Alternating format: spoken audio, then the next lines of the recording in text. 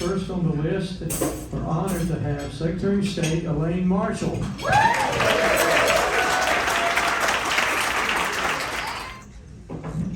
Y'all look good. I haven't seen this kind of energy in a little bit. It's time, it's past due time with what the General Assembly's done. I hope you're all mad, fired up, ready to go, and I'm just glad to be here. I'm your candidate for Secretary of State in 2024, and And last but not least, our Attorney General and a candidate for Governor, Josh Stein.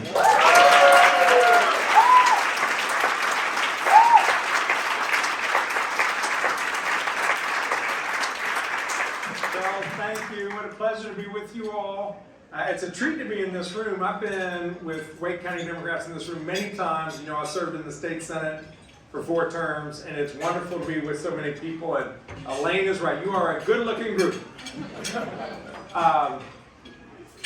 We are home to wonderful people, remarkable beauty, a great economy. But that home is under assault by our right-wing General Assembly. They are taking a sledgehammer to its foundation. They damage our democracy to cling to power. They promote the big lie about the 2020 elections. Mark Robinson, Lieutenant Governor, my likely opponent, says that Joe Biden stole the election. That is un-American and it's wrong. They undermine and underfund public education, making it harder for our kids to compete. They insult and intimidate teachers. Robinson called public school teachers wicked people. It is wrong. They go after people who they think are juicy political targets, speaking hate. Robinson vilifies LGBTQ folks as filth, believes that gay marriage should be banned, disrespects women saying they are not called to lead, and we all know this summer the legislature stripped women of their reproductive freedoms and their right to make decisions about their own bodies, and they are not done. Mark Robinson wants to enact a total ban on abortion with no exceptions. Not for rape, not for incest, not for the life or health of the mother. It is wrong. All of it is wrong.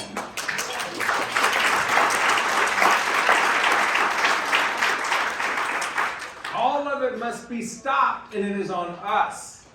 It is on us to defend our home and fight for our people.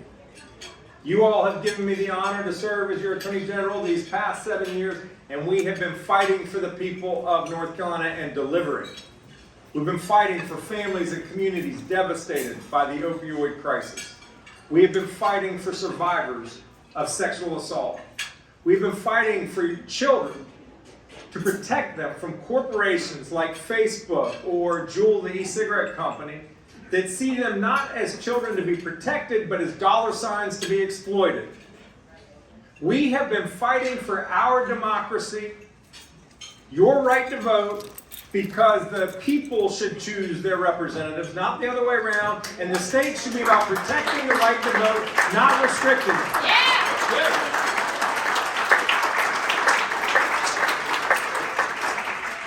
Good. Doing this work for you all is a blessing. My faith teaches me we are called to make a difference, and we can. We can make North Carolina even stronger if we invest in our people and their futures. That's how we grow the middle class. I am running for governor because I believe in the promise of this state. That if you work hard, where you come from should never limit how far you can go. I am fighting for a future where our children and grandchildren can get a good public school education in North Carolina, a future where people can have a fair shot at success, whether that is starting a small business or getting a good paying job, anywhere in the state, including small town North Carolina, a future where every North Carolinian can get good health care, no matter where they live or how much money they earn.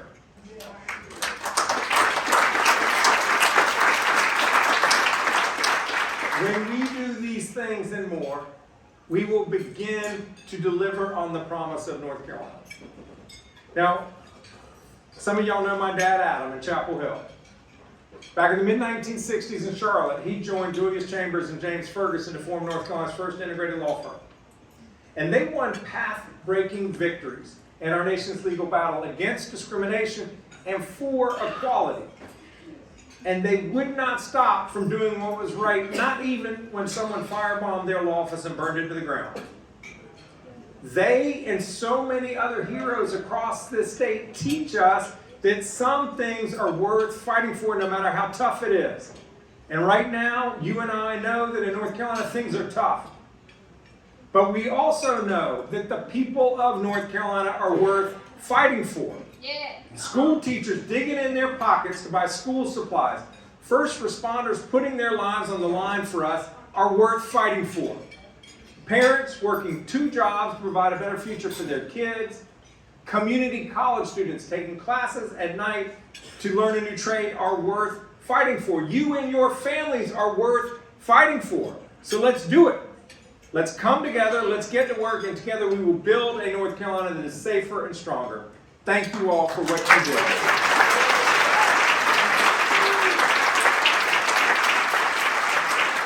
Well, at this point then, I will ask our great talented introducer of people, Treasurer Bill Toole, to introduce our guest speaker tonight.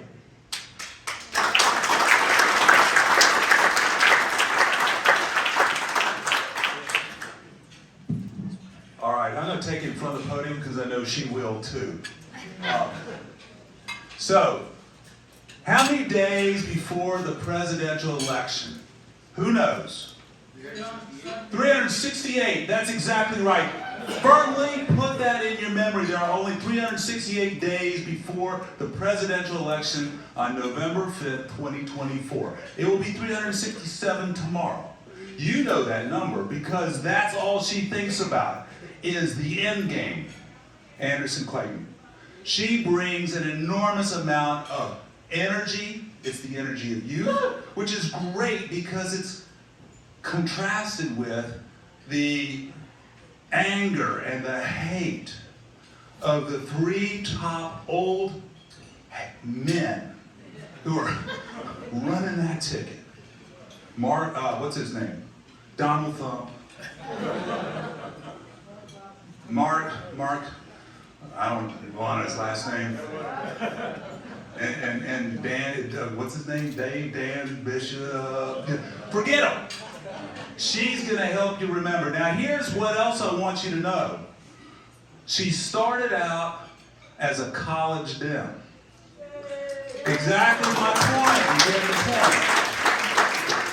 She was brought up by a really wise woman, Pam Williamson, who helped educate her on the wiles and the ways. She might tell you about that. She became an organizer, and that's why she's where she is today. We're very fortunate to have with us the wise, experienced, energetic, and youthful woman, Anderson Clayton.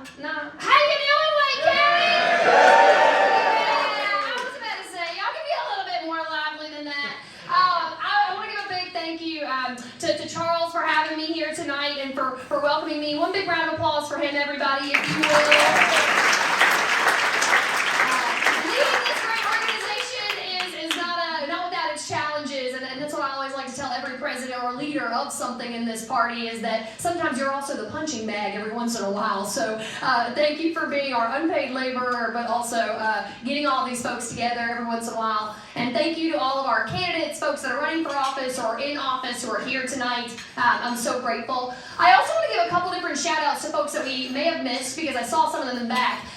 If you're in LA, would you raise your hand? A legislative assistant in our General Assembly.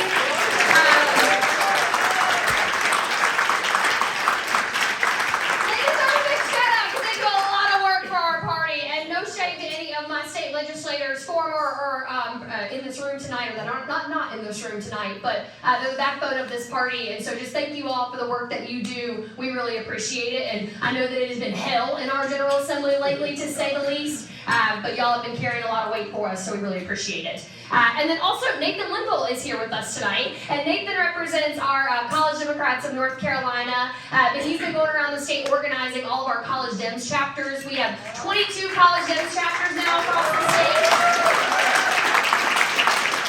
And I'm really excited about that because one of the main things that I talked about when I got into this role was energizing and inspiring more young people in this party. And a lot of folks have asked me, they've said, Anderson, where are the young people? And why are they not voting? And it's because we need young people to organize young people. And so we need to be out on every college campus and talking to young folks, getting them involved and letting them know that we're trying to lower the barrier of entry to that. And the last person that I want to recognize is someone that I feel like all of you have been waiting anxiously to meet this human being. So we've got Keon Sajani with us tonight. He's our new executive director of the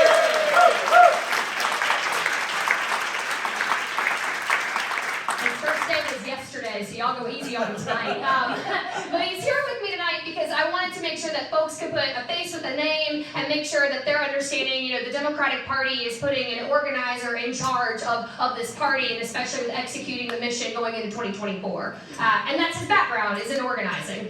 If all of you can't hear me, okay, let me know in the back. I feel like I'm yelling a little bit, but also this microphone is doing a little something with me too, which they usually do because I'm also a loud person.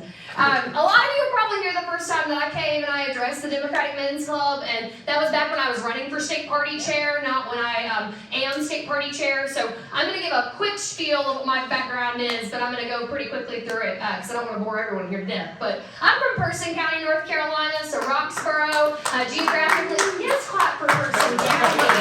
Oh my gosh. They love that back there, knowing that in this room tonight, that Wake County is clapping for Person. Especially my Republicans. But Roxborough, I grew up really thinking that I had to get out of rural North Carolina, so I went to school at Appalachian State University. I wanted to be the next Anderson Cooper before I became Anderson Clayton in some ways. And where I really got involved was through 2016, when Republicans across North Carolina were trying to strip students of the right to vote, basically. And we got involved when Pam Williamson, the Watauga County Democrats, took the fight to the state board of elections, and they said, we're going to sue y'all's asses for this voting site to keep it on Appalachian State's campus this year. Because we know that when we fight for students, and when students have that access to a polling site on election day and during early voting, we win elections. And they won that lawsuit that year.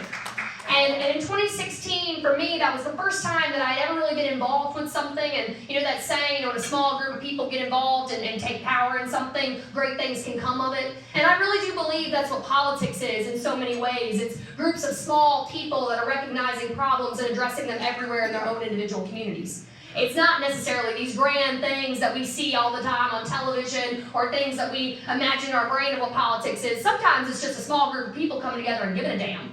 And that's what I think this party has a chance to get back to in 2024. It's something that when people look at me and they say, what gives you hope and what makes you believe that Democrats can come back in North Carolina? It's the fact that we give a damn about the people of this state. We give a damn about the state.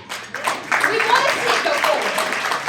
Because not only do we know what North Carolina can be, we know what it's been. And it's been a party, and it's been a beacon, right, of a place that has invested in its people. And that's what we see from this administration right now about what it's doing nationally, too. Joe Biden and Kamala Harris are doing amazing things for our country right now. And it's important for people to realize that. And I know it's hard for folks, too, as well right now, because we're looking at an economy that's not working for everyone. We're looking at corporations that are holding people hostage, honestly. And we're looking at a lot of folks that don't really love their jobs right now, honestly, because they're not making minimum wage. Because this Joe Biden's economy, you know who it works for? Unions. North Carolina doesn't have. We've got right to work laws, but we ain't got unions, right? We've got that because of that. And it's something that we need to talk about, because who is this economy working for is a big challenge, and it's something that we're up against in 2024, because we're supposed to be painting this great picture about what this Democratic administration has done. And it's hard to do that in a state where you've had a Republican supermajority and a Republican oppression for the last 13 years in our state. They have been holding us hostage. And it's time to wake people the hell up to what's going on in North Carolina.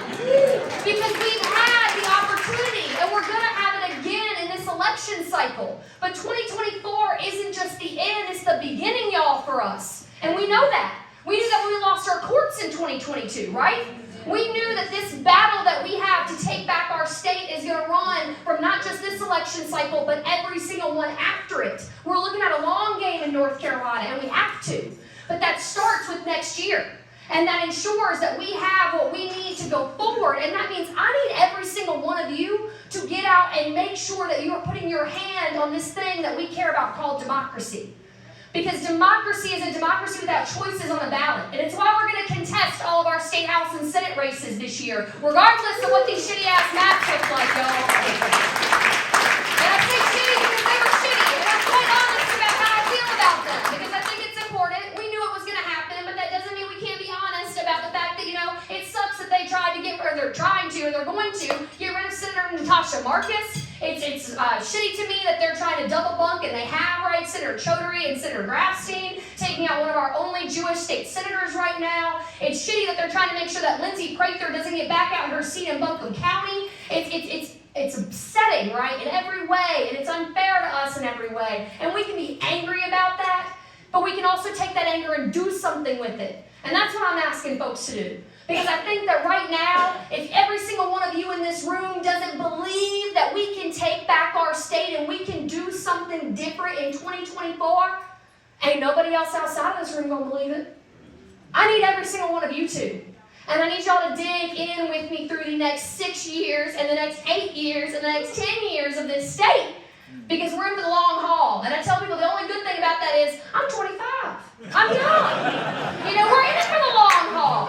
There's a lot of us young people that are in it for the long haul. Because we want a state that is livable for us in the next 10 and 20 years. We want a state that respects young people and that doesn't look at us and say, we're here to hurt you, which the Republicans have done. They've saddled us with student debt. They've saddled us with inopportunity and inequity in places like rural North Carolina right now. And this administration, one of the reasons why I am so excited about it is because I'm from rural North Carolina.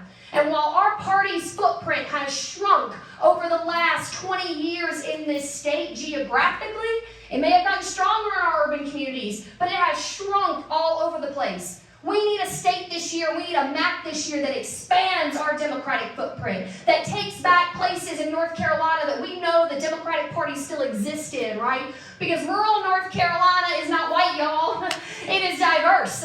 And we have been ignoring populations and communities of color that have been our party's base for so long. And we don't have to do that this year. We don't have to see any ground to a party that has fully endorsed white supremacy, a party that would like to see the demise of our democracy, and a party that would like to fully and fundamentally strip away human rights from every single person in this room who may not be white, straight, and male, which some of y'all might be looking at me going, that's most of us. But you're here, and you're fighting for the people that are not in this room, and that's the other important part of this, right?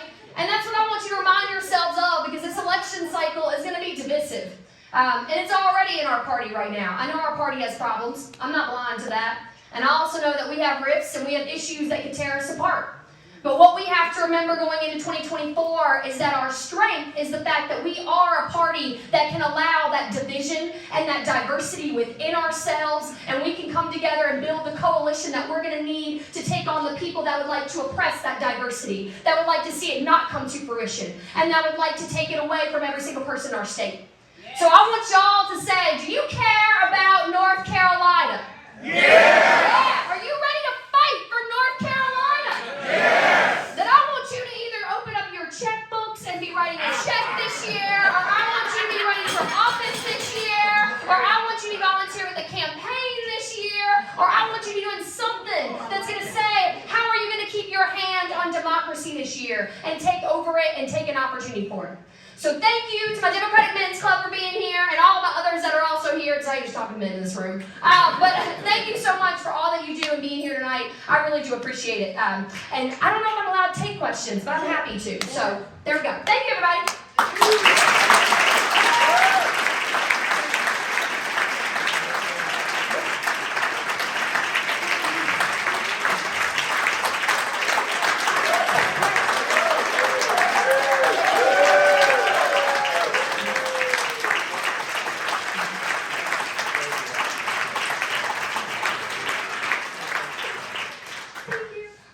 a big shout out to Wesley Knott in the back, everybody, our executive director in Wake County.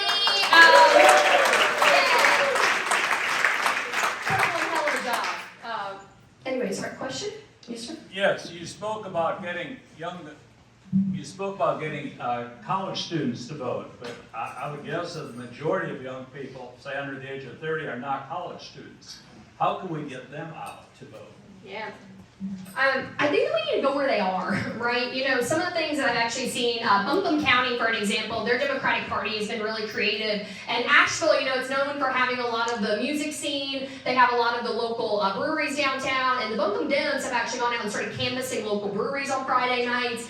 They've started doing things that are a little bit like out of the comfort zone, but it's a way to get people that normally, if you've got kids or if you've got a family and you're trying to do something, you may not be in the midst of like being at home when someone's knocking your door, or also picking up your phone when somebody's calling you from a campaign. And so it's really getting creative about how we're talking to young people and engaging them in ways that we haven't. And I also think there are issues, right? Like, we've seen a huge increase in young people involved with the labor movement, and I think that it's really something to be embracing, and especially in the South, where we're looking at North Carolina is a right-to-work state. I know some of you in this room are like, Anderson, unions are not a great word in North Carolina sometimes, right? Especially in rural North Carolina. But we have to ask ourselves, why is that, right? And it's because our party hasn't done the education that we've needed to around why the facts that, like, what's been the history of the labor movement, and why has that been tried to be, and why has that been stopped or has tried to be stopped, right, in North Carolina previously too. And that's got a big history in the manufacturer movement in North Carolina, and seeing labor leave Western North Carolina and Eastern North Carolina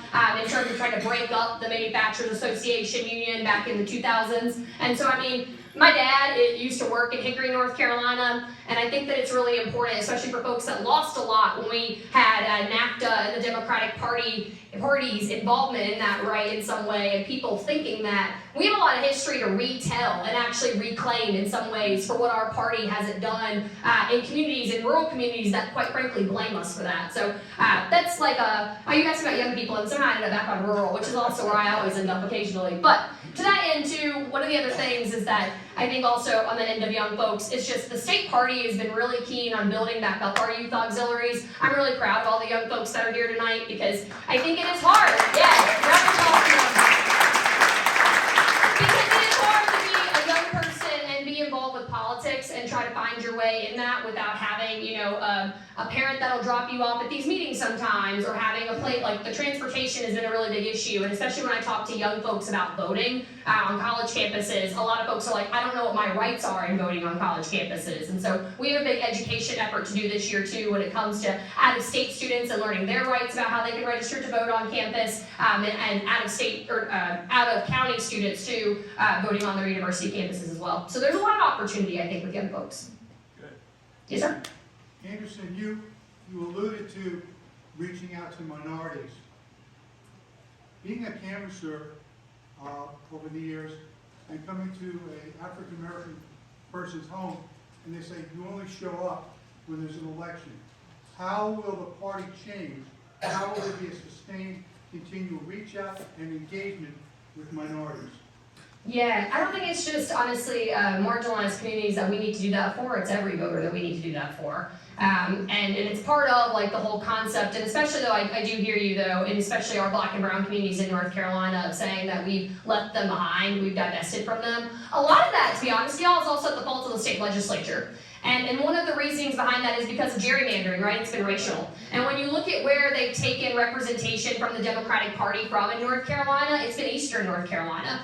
We've slowly but surely taken Democratic representation from that area. And where do you look at where the majority of our black and brown voters are, particularly in rural North Carolina? It is Eastern North Carolina. And you better believe that Republicans did that on purpose.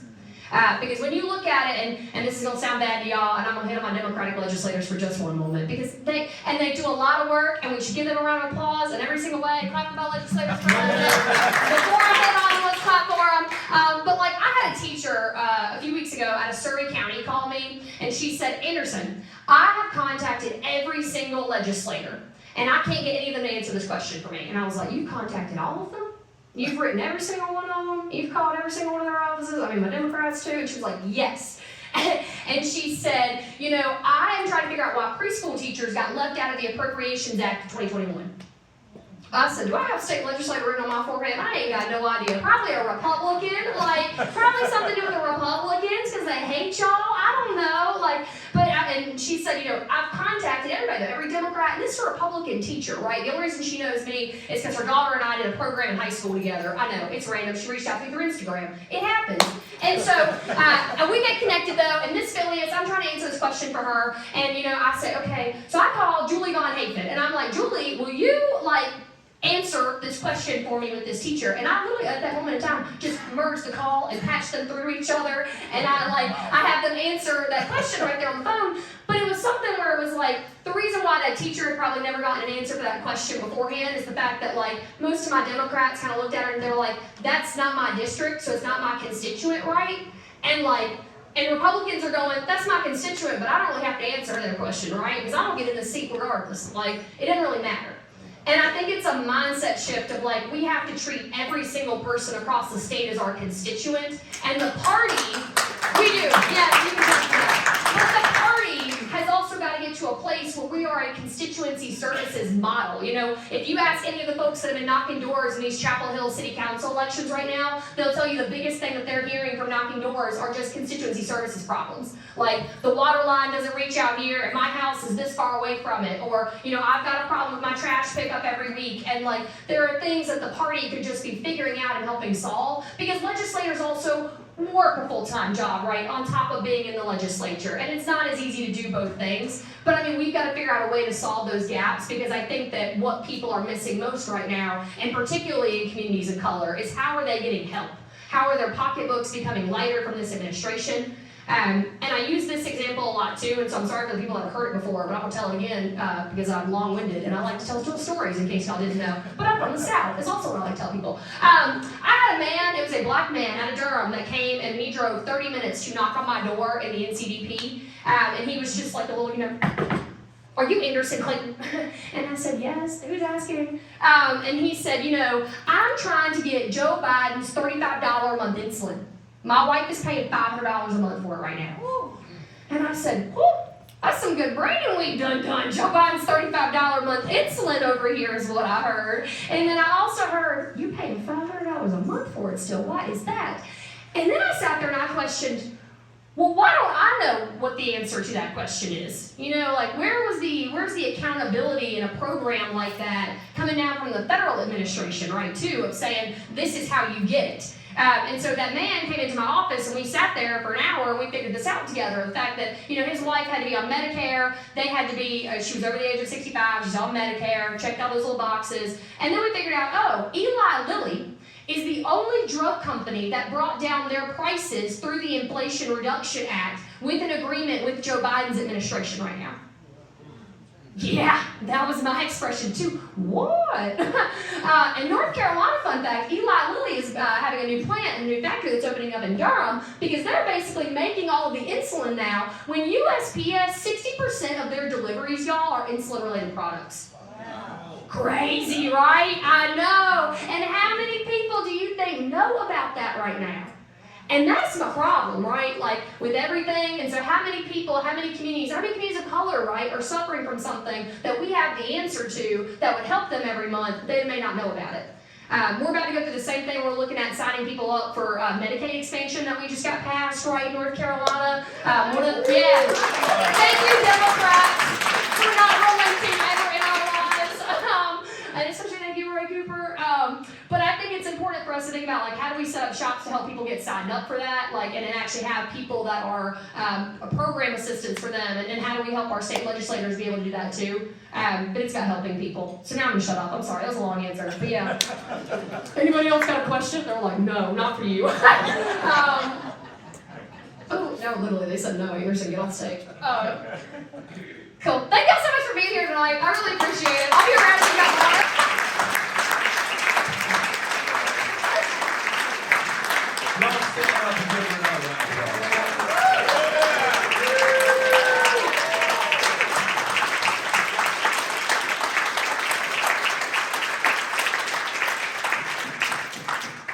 Y'all, she came blowing in hard and fast, you know, 2 wheels. She was in another meeting, she came in, she saw that long line, said, oh man, I'm not gonna get anything to eat. And I said, well, I'm gonna walk you up to the front. She said, oh no, don't do that, you know. I said, honey, we gotta feed you up because you know we're working hard here. So thank y'all for letting her cut in front. Keon, stand up one more time so they know who you are. Yeah.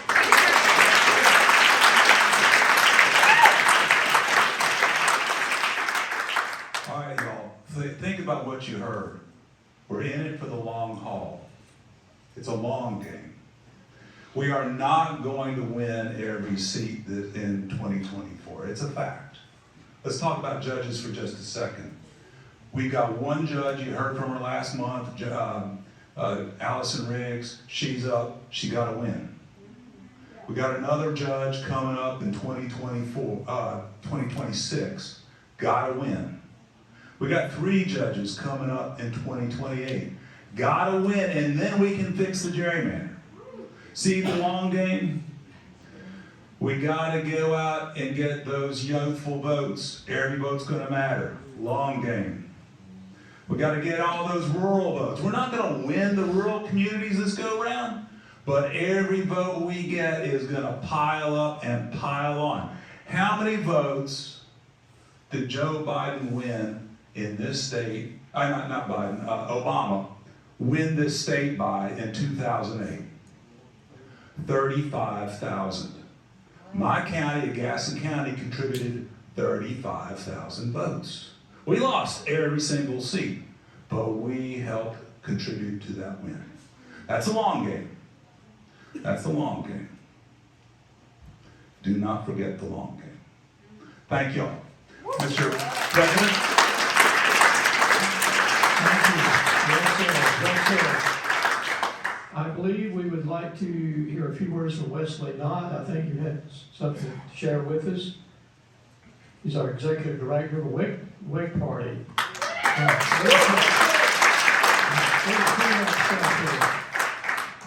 All right, I don't know who I offended to send me after Chair Clayton, but let's make it right for next time. No, speaking of a long game, y'all, I just want to cue you in on a little bit of the organizing efforts that we have going on at Wake Dems and give you an opportunity to invest in it. Y'all, over the last 6 weeks, we have been organizing and activating and educating and mobilizing for 33 races across 11 municipalities in Wake County. We have made contacts through lit drops, canvassing, and phone banking with over 37,000 voters at over 18,000 doors. In a municipal election. And what we've been centering on is organizing around shared concerns, shared community. And I just want to talk for a quick second about that. Because we all have, how many of y'all are in the city of Raleigh here? Okay, most all of us, right? So you don't have a municipal election this year. But I want to give you a chance. You got 5 more days to make an impact in the 11 municipalities that do. And here's why you should. We all have a shared interest in making progress in our communities. Right? So when somebody asks me what it's like to live in Wake County, I don't want to have to qualify it with, it's good as long as you live in this area. Right? When someone says, what's it like to live in Wake County, I want to be able to confidently say, Wake County is a great place to live and work and raise a family, and no matter who you are or where you come from, you can come here and be loved, valued, respected, and accepted for who you are. I don't want to have to say unless you live in that municipality, right? Yeah. So when municipalities don't sign on to the Wake non-discrimination ordinance, that makes me angry even if it's not my municipality, right? So that's reason number 1. Number 2, we all have a shared interest in economic justice, right? So what they let developers get away with in Fuquay-Varina affects our housing market here in Raleigh, right? We all have a shared interest in environmental justice, right? Because there is not a Holly Springs air. What they let people put in the air there, that affects my air. That affects your air, right? And look, there's not a Wake Forest water. What they put in their water makes its way down the Neuse River all the way to the Pamlico Sound. Y'all, we have shared interests in these communities. And let me tell you one more thing, talking about the long game with the legislature. There is not a single flippable municipality that we are fighting for this year that does not overlap with one of those gerrymandered state house and state senate seats that we're going to be up for. We have 4 in Wake County. 2 senate seats that are going to be extremely tough and 2 house seats that are going to be virtually impossible.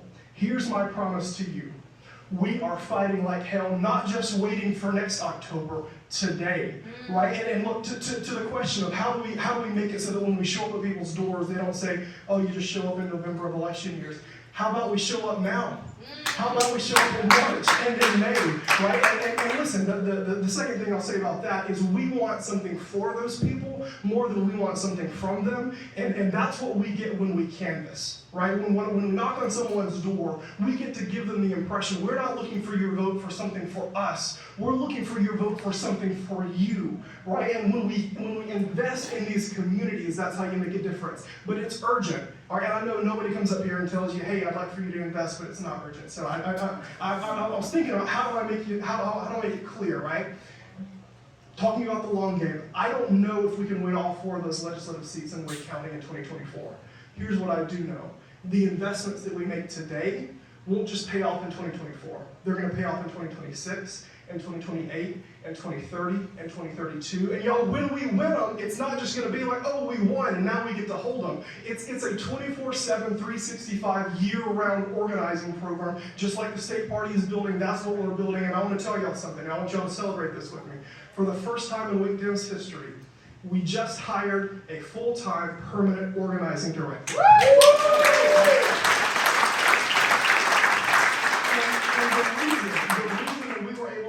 And we're going to keep staffing up through 2024, and I think it's important that the people we hire, they don't get, they get to have a job and live with dignity and have some job security, right? The reason that we were able to make that hire is because of the investments that a lot of the folks in this room made into the impact circle back in April. Right, so if you want to win in 2024, the time to invest is not in October, right? And listen, candidates are going to call you, give them money when you can, because you can send mail last minute. You can send robocalls and mass text last minute. You know what you can't do? Build community organizing infrastructure. That you have to invest in today. So look, all I'm going to say, in the back, Jim, if you could stand up. Jim Sarantias, I know the folks that are regulars here, you've probably met Jim before. He's the co-chair of the Impact Circle. The Impact Circle is a program in Wake County where folks that can give $83.33 a month. That averages to $1,000 a year, so that we don't just raise a bunch of money when we have a big fundraiser or right before an election, but we can invest in the organizing infrastructure we need to win every day. Y'all, if that's not for you, go to wakedems.org and join us for a canvas this weekend because of those shared interests, right? Join us for a phone bank if you can't canvas. If you can't do any of those, but you're able to pitch in, I'd love for you to go see Jim, come see me, invest in organizing infrastructure because we need it. That's how we win the long game. Thank you all.